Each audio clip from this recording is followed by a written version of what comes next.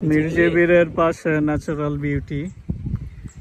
এখানে ধানের উপরে জাল দিয়ে দিছে। এখানে একটা ছোট ছেলে আমরা কি করতেছি দেখতেছে। হ্যালো,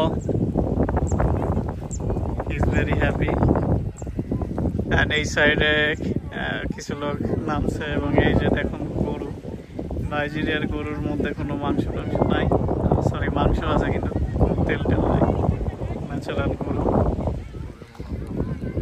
কারণ এরা শুধু ঘাস খেয়ে বড় হয়।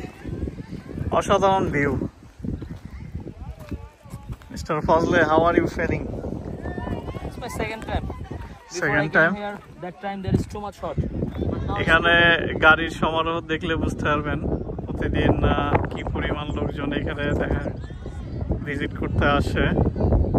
তো আজকে রবিবার, আজকে ছুটির দিন, এজন্য লোকজনের পরিমাণ অনেক বেশি। মাছের বাচ্চা ধরতেছে আমাদের দেশে যেরকম আমরা বৈচা মাছ বা হচ্ছে ভোলা মাছ ধরি না, এক একজনের ঝুড়ির ভিতরে 15 কেজি 20 কেজি করে তেলাপিয়া মাছের বাচ্চা।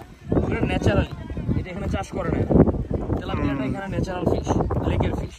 তেলাপিয়া, তারপর হচ্ছে আফ্রিকান মাগুর, যেটা ওইটাও লেকের ফিশ, যেটা টেস্ট এরা বলতেছে ভালো, যেটা আমরা খাইতে পারি না নরমালি।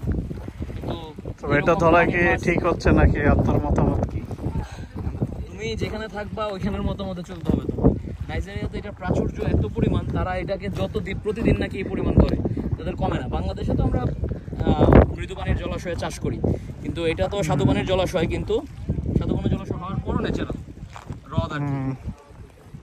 আচ্ছা আচ্ছা, তাহলে যা বুঝতে পারলেন, তো মিনজিবিরের ন্যাচারাল বিউটি অসাধারণ। এখানে আমরা একটা রিসোর্টে উঠেছি, তো দেখা গেছে